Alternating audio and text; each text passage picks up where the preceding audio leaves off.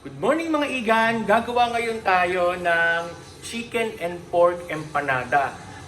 Ito ay version ko lang po at sana magustuhan po ninyo.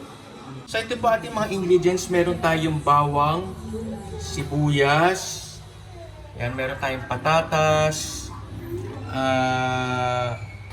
pork, itong ating chicken, meron din tayong carrots, meron tayong green peas, pasas, at mushroom.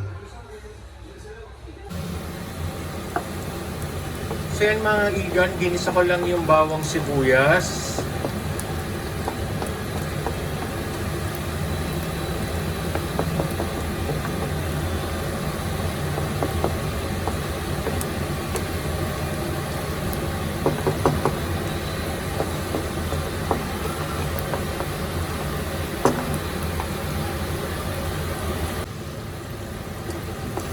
So yan mga igan, nilagay ko na rin yung pork.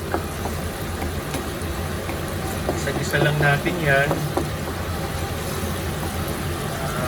Kailangan lumambot yan bago natin ilagay yung iba.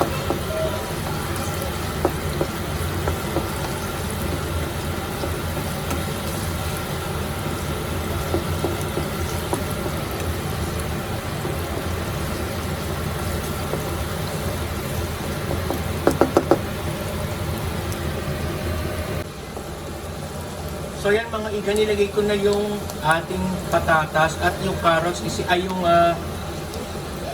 mushroom, sinabay ko na rin dyan. Para magkalasa na siya. So palalambutin lang natin yan.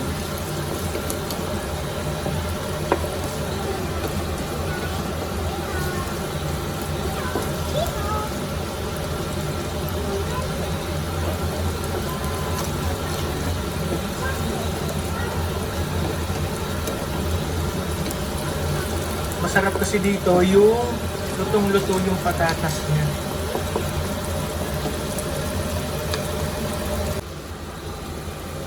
So yan mga iga, nilagay ko na yung ating carrots at yung ating pasas para sabay na siyang lalambot dyan.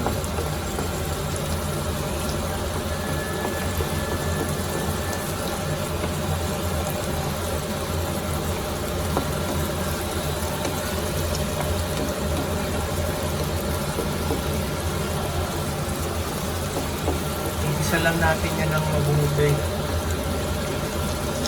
Yan, lumalabas na yung kanyang katas.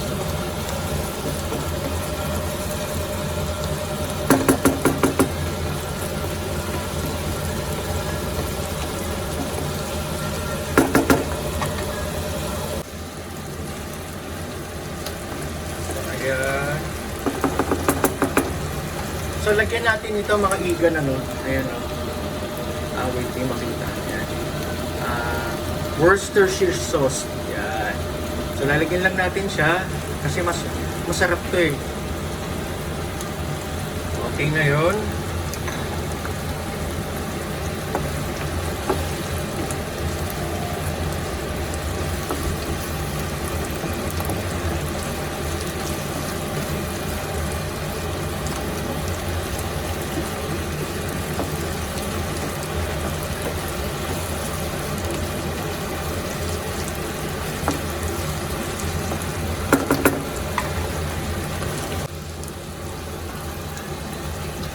Ayan no, naaamoy ko na yung Worcestershire sauce.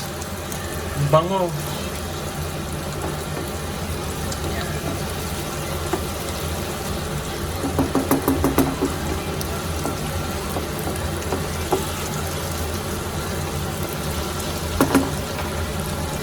Next is lagyan na natin itong ating Worcestershire sauce. Itong ginagamit ko, sarsaya, Ajinomoto.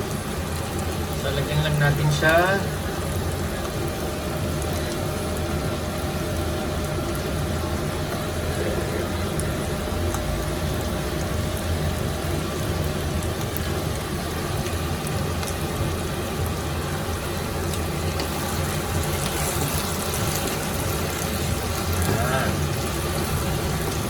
Isa lang natin yan.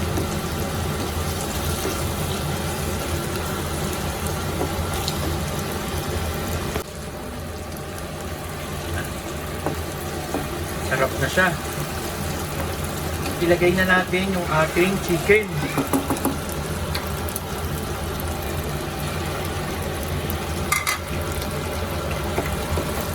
Isa na natin yung ating chicken.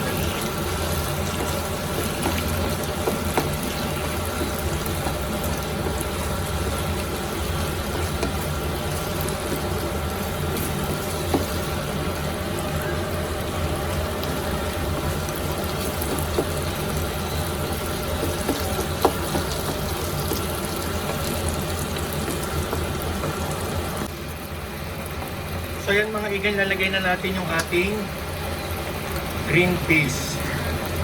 Ito ay luto na.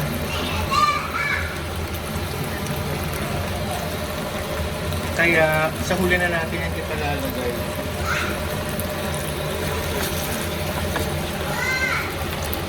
So ito na mga igan yung ating pinalamig. So gagawa naman ngayon tayo ng yung kanyang dough. So sa ating dough, kailangan lang natin ng all-purpose flour. So ito yung ginagamit ko, konti lang muna, 400 grams. Sa 400 grams, gagamit tayo nito. Ito yung ginagamit kong butter cup. Mas masarap ito sa magluto. 200 grams. Ito lang, tsaka water lang yung ating gagamitin. So yan, pagsasamahin nyo lang sila at mamasahin nyo lang dyan. Hindi ko na mapapakita sa inyo kung paano kasi medyo mahirap siya. Kasi ako lang yung nagbi-video, so baka hindi ko na mapakita kung paano siya minasa. So ganyan lang yan, mamasahin nyo lang yan. Diyan, mamasahihin nyo lang yan dyan. Hanggang sa, ganyan, masahe lang. Dapat malinis yung kamay ninyo sa pagmamasa niyan. Ganyan lang. Mamasahin nyo lang yan.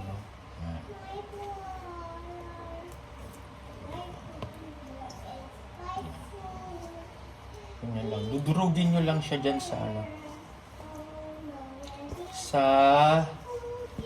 hanggang sa floor hanggang sa makapag kayo ng isang dough. Masamasahihin lang yan. Medyo matagal-tagal lang to ng konti, pero yan. Hanggang sa matunaw yung kanyang yan yung kanyang butter. Ayan o. Mix lang yan dyan. Yan. Yan. So ayan o. Ganyan lang, pwede pala. Ayan, dudurug-durugin lang siya. Ayan. Ang sa makita niyang mag-color yellow na yung kanyang.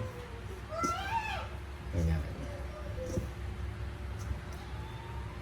Ayan. So yung tubig na gagamitin nyo dapat malamig. Para hindi matutunaw, kailangan pa rin siya yung butter mo, malamig pa rin siya. Kasi pag natunaw yan, magmamantika yan, hindi magiging flaky yung inyong, ano tawag dito, yung inyong dough.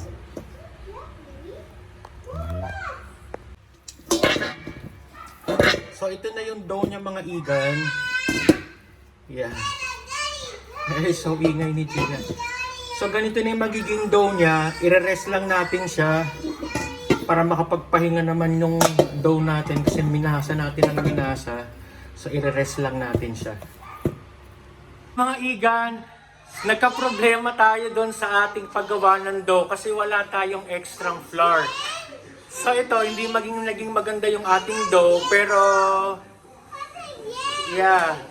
So, ito yung naging nangyari sa kanya kasi wala tayong, medyo kumapit yung niya, nagbasa siya kasi nagkulang tayo ng flour kasi wala tayong pampahid ng flour sa kanya.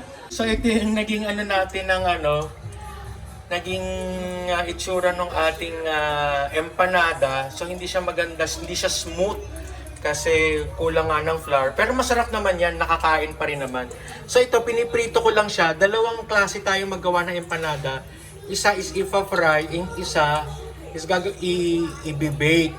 Pero since hindi maganda yung ano natin, so free-nine na lang natin para medyo mas maayos yung kanyang pagkakaluto.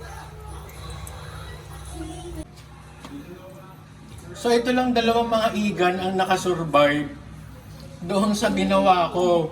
Yung una kong ginawa, ito yun, oh, nadurog. Tapos yung iba, ayan, naputol.